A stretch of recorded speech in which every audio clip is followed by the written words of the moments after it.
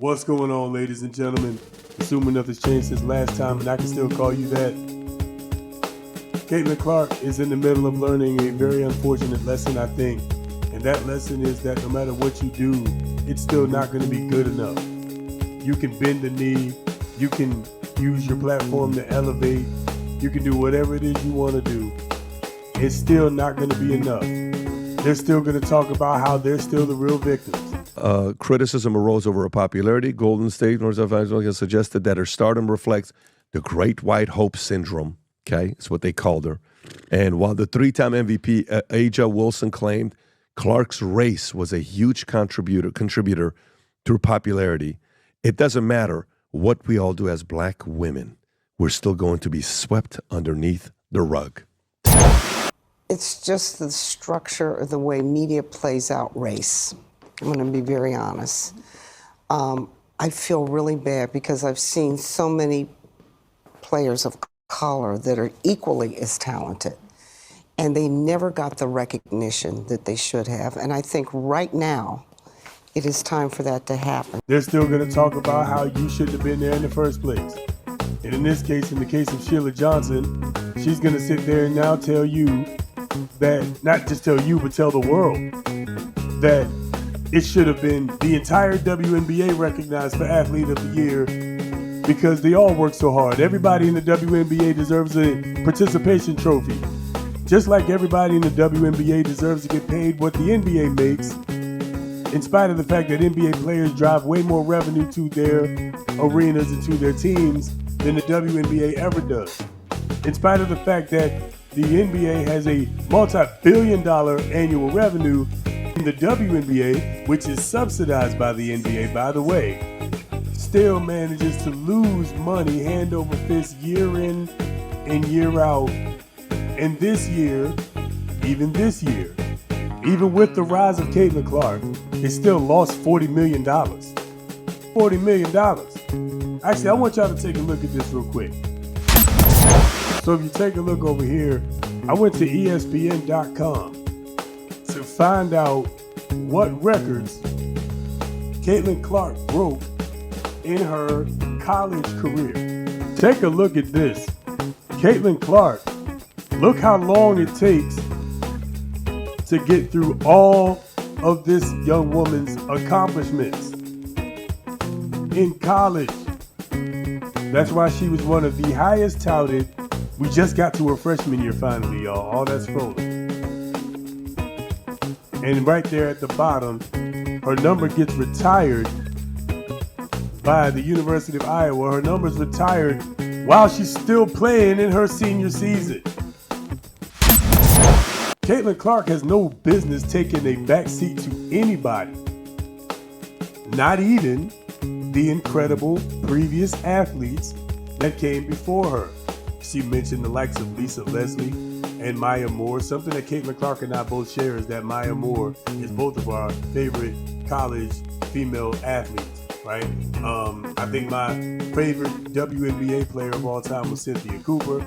You know, I was there in the inauguration and the inaugural seasons with the Houston Comets when, you know, Cheryl Swoops and Cynthia Cooper and Tina Thompson, when they were dominating, I was sitting right there front and center watching, okay? Big fan of them, but also a big fan of Maya Moore.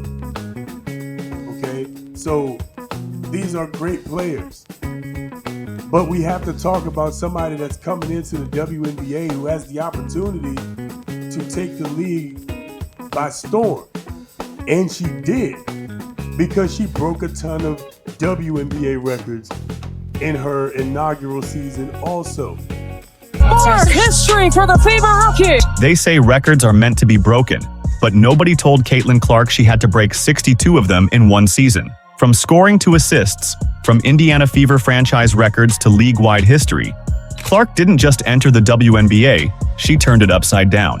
But what exactly are these 62 records, and how did she manage to set them all? Make no mistake, Caitlin Clark is doing things beyond her years. Imagine this: a packed arena, fans on the edge of their seats, and Caitlin Clark dishing out her 19th assist of the game.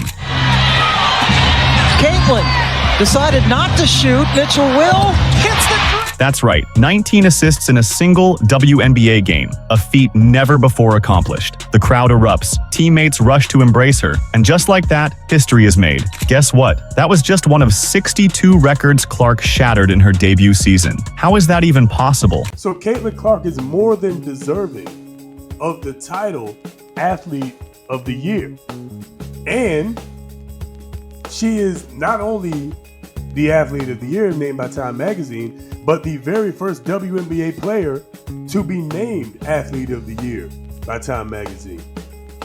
So this woman has not only elevated her game to record-breaking level, elevated her game from push-around rookie to credible threat to Rookie of the Year to in the MVP conversation by the end of the season. We all saw it happen. She was the most exciting player in the WNBA. Nobody had more attendance than she did. She broke attendance records almost everywhere she went. Everywhere she went, they could thank her for the house.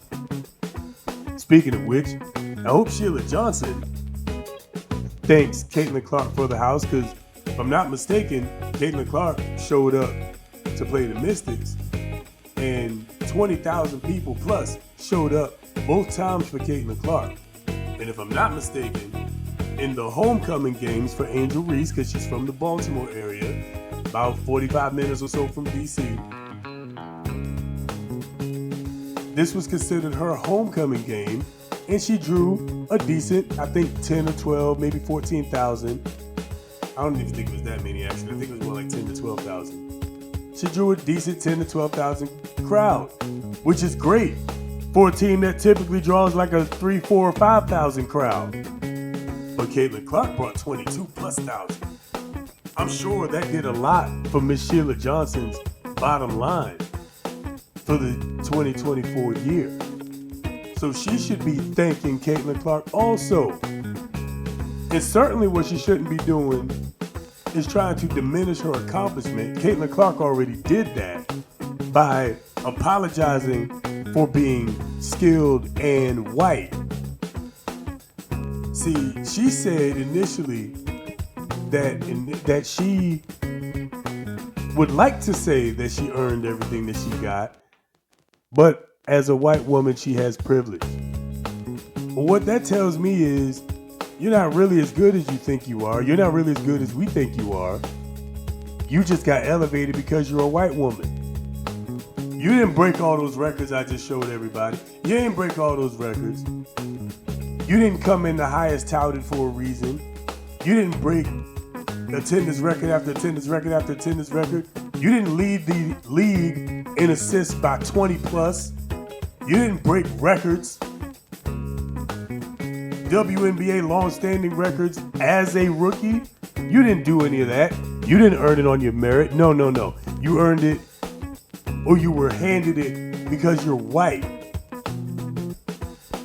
And you bent the knee to say that, and it still wasn't enough. Time Magazine shouldn't give you the award. They should give it to the entire WNBA. A league, again, that has been an abject failure since its inception. And I'm a fan. I want the WNBA to succeed. I want them to win. But we're not about to sit up here and pretend that going about things the way they're going about it is a winning formula. They just alienated probably at least half of their audience that frankly was only there to see Caitlin Clark. And now those fans have turned against Caitlin Clark. You think they're gonna still come to the WNBA games? Probably not. You think they're gonna take their kids to see the WNBA games now? Probably not. You think they're gonna bring their children without hesitation, no matter what the price of the tickets are, to see Caitlin Clark now? Probably not. What's going on, guys? Hey, I appreciate you making it all the way to the end. Thanks for watching. I hope you enjoyed this clip. If you did, please like this video and subscribe to the channel. And don't forget to hit the little bell so the next time I drop a video, you'll be right there front and center. Also, to get the full video from where this clip is from, head on over to Rumble, where you'll get the real, authentic, straight talk with no filter, no fluff, and absolutely no fucks. I'll see y'all there.